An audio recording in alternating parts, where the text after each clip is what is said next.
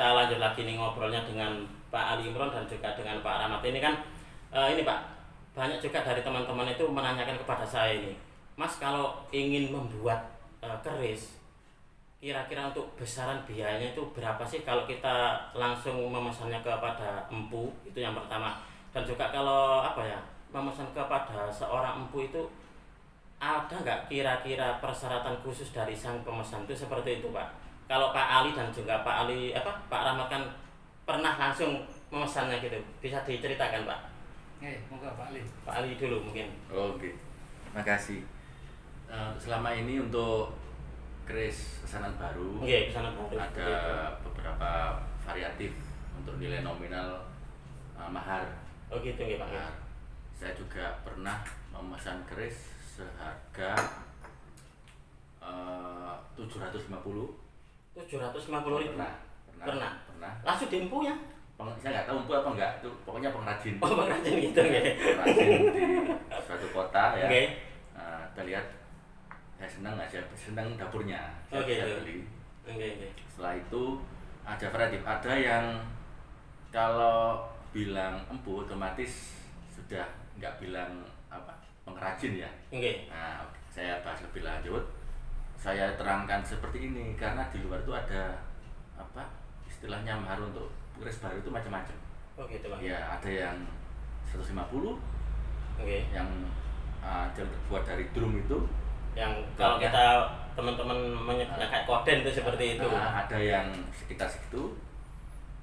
Relatif. Ada beberapa yang pernah saya pesani. Oke. Sekarang ini nilai besaran mahar itu estimasi ya. Oke. Ada yang berkisar dari 5 juta sampai dengan 9 juta.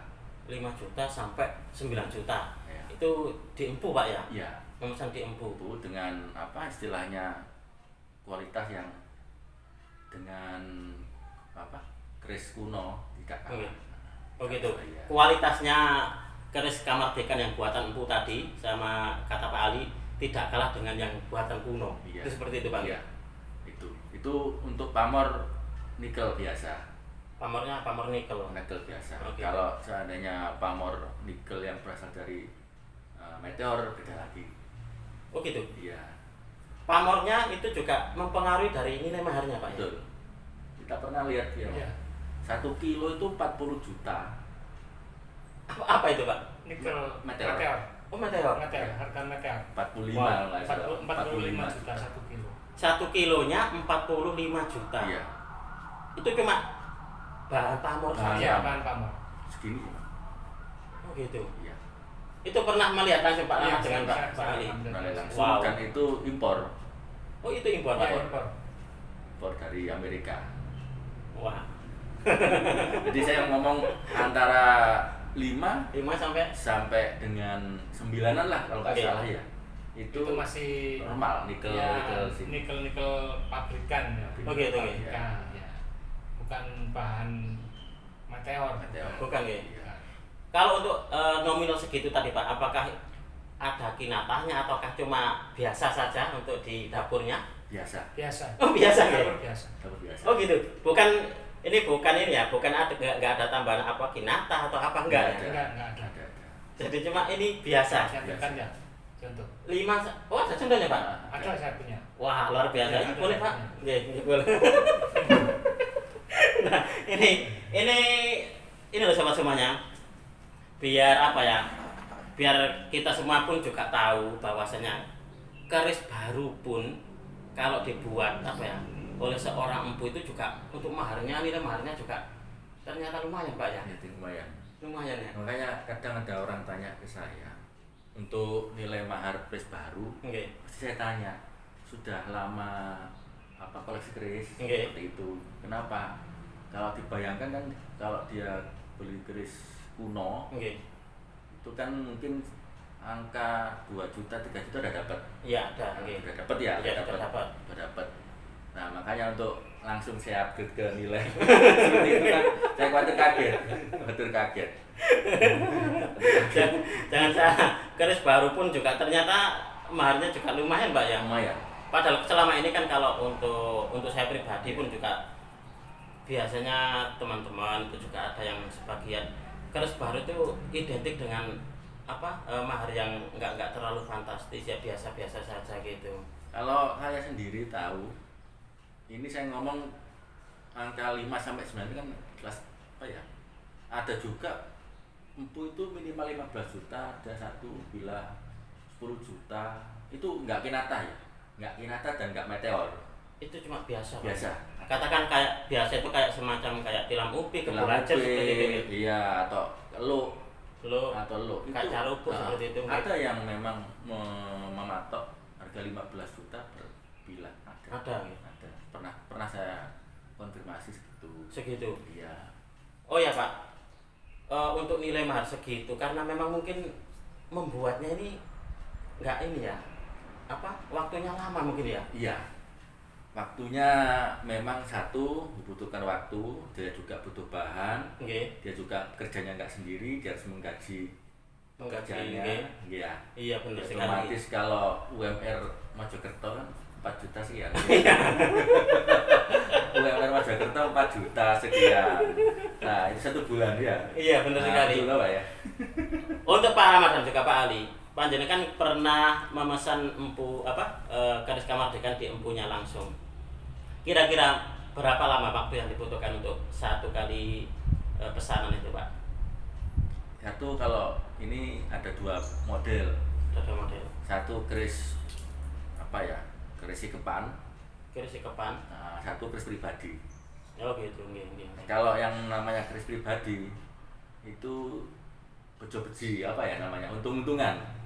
Untuk yang keris Pribadi. untung-untungan. Iya, satu untung-untungan itu seperti ini. Itu nanti sesuai dengan diri kita. Oh, gitu. Diri kita. Jadi ada yang sudah dibuatkan kodokan, mau naik ke proses selanjutnya, itu patah juga bisa. Otomatis punya buat lagi baru. Ya itu semua terjadi biasanya terkait dengan masa lalu pembuat apa pemesan apa. Jadi kalau pribadi itu relatif itu tadi untung-untungan.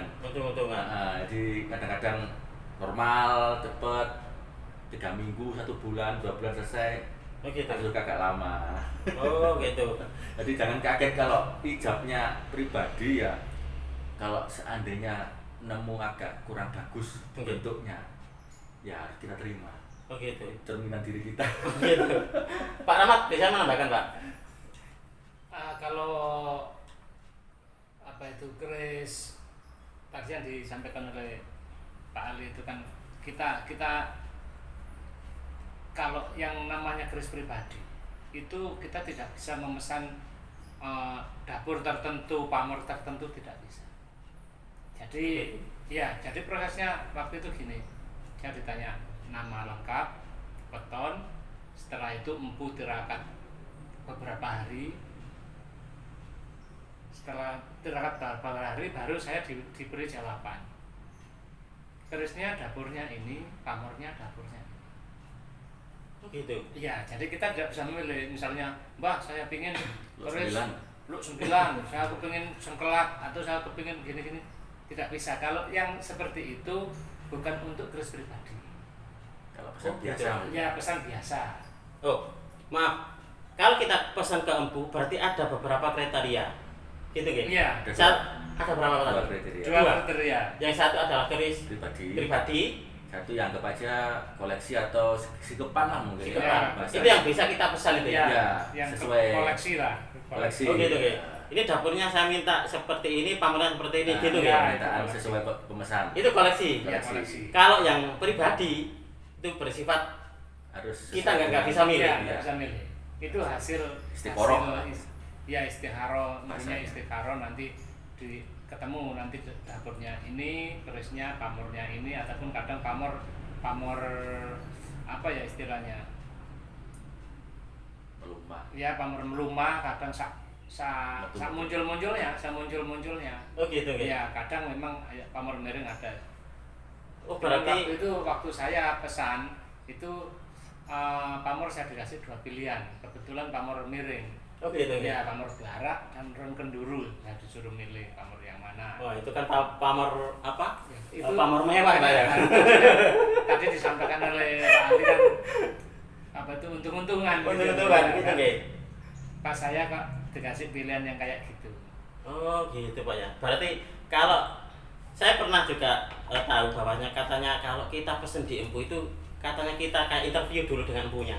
Kita omongan dulu lah katakanlah seperti itu. Iya. Berarti benar yang dikatakan Pak Ahmad tadi ya, berarti kita ditanya tentang apa kayak hari lahir kayak weton itu tadi ya, Iya, salah satunya dari, gitu. dari 2 nama itu 2 pertanyaan itu sudah terjawab biasanya. Oh gitu Pak ya. Iya, Dari 2 pertanyaan tadi sudah terjawab nanti seperti apa. nanti seperti apa kerisnya Iya, gitu ya. Iya. Oh. Asik loh. Terus ini Pak, kalau katakan kita pesen di Empu untuk keris ageman gitu gitu. Untuk ke kita sendiri seperti apa kira-kira? Kayak sugesti atau seperti apa? Apa ya? Diistilahkan seperti kayak energi gitu? Ada pengaruhnya nggak kira-kira? Karena kalau kita berbicara dengan keris, otomatis kita kan berbicara pun juga dengan berhubungan dengan esoteri, dunia spiritual. Karena kalau kita tidak berbicara masalah spiritual dalam hal perkerisan, kok kayaknya seperti hambar ya, gitu Pak nggih? Nggih, terus. Bener nggih? Monggo Pak Pak Rahmat. Jadi gini, kalau misalnya kita pesan keris yang untuk pribadi, Oke. itu kan berarti mencerminkan pribadi. Mencerminkan Iya, pribadi kita. dalam pusaka itu mencerminkan pribadi kita. Dan untuk kalau yang katakan ahli esoteri, keris pribadi itu nggak boleh sembarangan ditunjukkan ke orang. Sinengker. Iya, kenapa Sinengker? Di situ katakan kayak tersurat apa yang kita pernah kita alami itu bisa dibaca lewat pusaka itu. Oh gitu Bang ya. Bisa dibaca. Jadi misalnya